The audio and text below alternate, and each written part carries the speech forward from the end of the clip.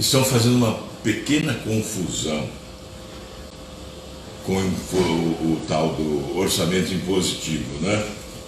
Orçamento impositivo não é uma causa nova, vem já de há muito tempo.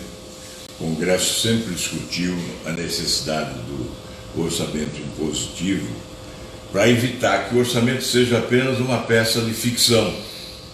Você gera uma expectativa aprovando um orçamento e depois a sua execução é precária. A execução é pífia. Os percentuais aplicados são insignificantes diante da importância de determinados setores. Então, quando você vê lá, segurança pública, a aplicação é de 20% do total consignado no orçamento, é porque realmente o orçamento é uma peça de ficção. Foi por esta razão, eu disse ontem e repito hoje, que eu apresentei um projeto no Senado há algum tempo, foi aprovado no Senado e parou na Câmara, que torna crime de responsabilidade a que estariam sujeitos o Presidente da República e o Ministro da Justiça a não aplicação integral dos recursos consignados no orçamento para segurança pública. Esse projeto parou na Câmara dos Deputados. Por que eu apresentei o projeto? Exatamente porque não se cumpre o orçamento não é impositivo. Então, quando se deseja um orçamento impositivo, o que se deseja é a realidade dos fatos. É que não se venda ilusão. É que o orçamento seja realmente uma peça da maior importância para a administração pública e que a população possa, ao analisar o orçamento, saber o que vai acontecer. É um projeto de lei o orçamento, é legislação. Então, quando você fala em orçamento impositivo, você está falando em algo positivo, em algo que significa avanço, que significa melhorar a qualidade da gestão pública no país, uma administração mais competente. Agora estão confundindo.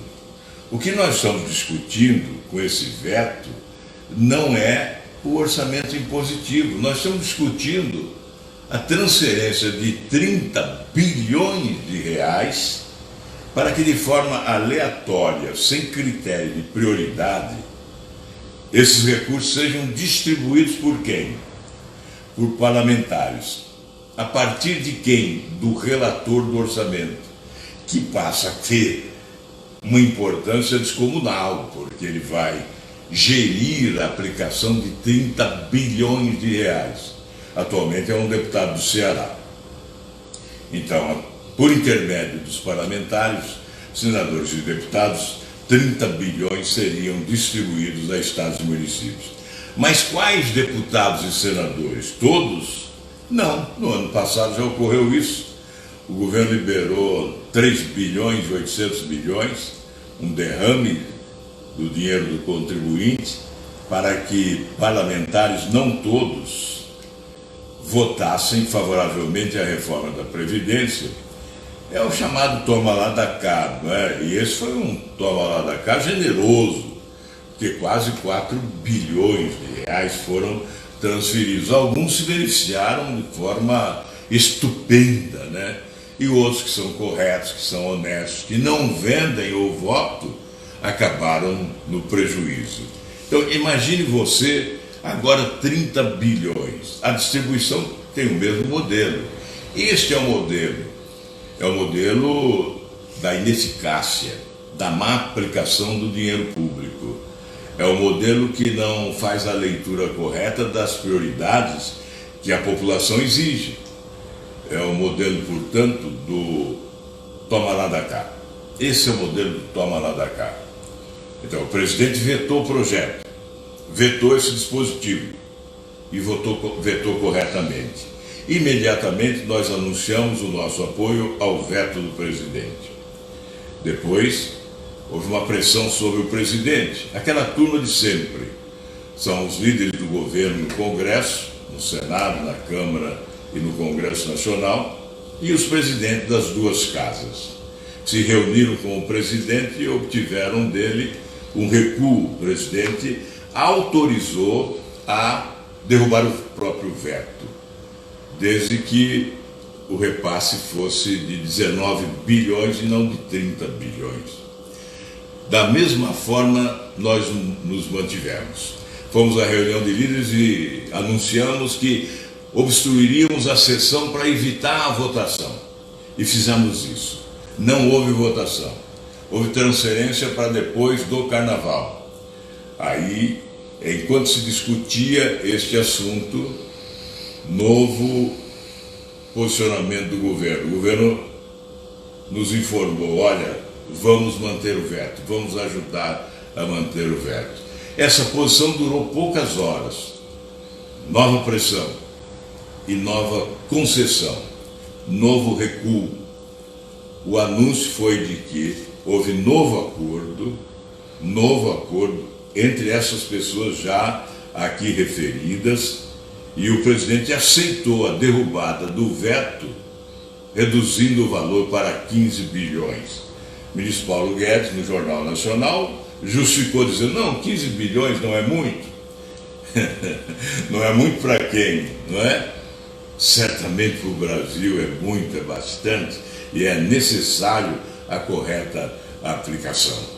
Quando se anunciou 2 bilhões para o fundo eleitoral, para a realização da eleição em todo o país, de prefeitos e vereadores em todos os municípios, menos Brasília. Quando se anunciou isso, houve revolta, é muito dinheiro, 2 bilhões, e agora são 15. Como não é muito? Bem, então, antes do Carnaval, essa foi a decisão, um acordo celebrado entre esses agentes do Congresso e do Executivo para a derrubada do veto. E nós anunciamos. Vamos continuar resistentes, persistindo. Não vamos permitir a derrubada do veto. Hoje, nós temos mais uma esperança. Parece que no Carnaval o presidente refletiu melhor e está havendo uma evolução. Pode ser desfeito aquele acordo, o último acordo dos 15 bilhões. Eu ainda hoje disse a um representante do governo que se o governo quiser, nós vamos manter o veto no Senado. Se o governo conversar e convencer alguns dos senadores que são leais ao governo e sempre votam com o governo, são fiéis ao presidente da República, se o presidente pedir a esses senadores, o resto é conosco. Nós vamos manter o veto. Então, por isso, basta o presidente desejar que nós vamos conseguir manter esse veto e evitar esse novo modelo de distribuição de dinheiro do contribuinte, que é nocivo aos interesses da nossa população. Isso não está decidido. Há um momento de indefinição.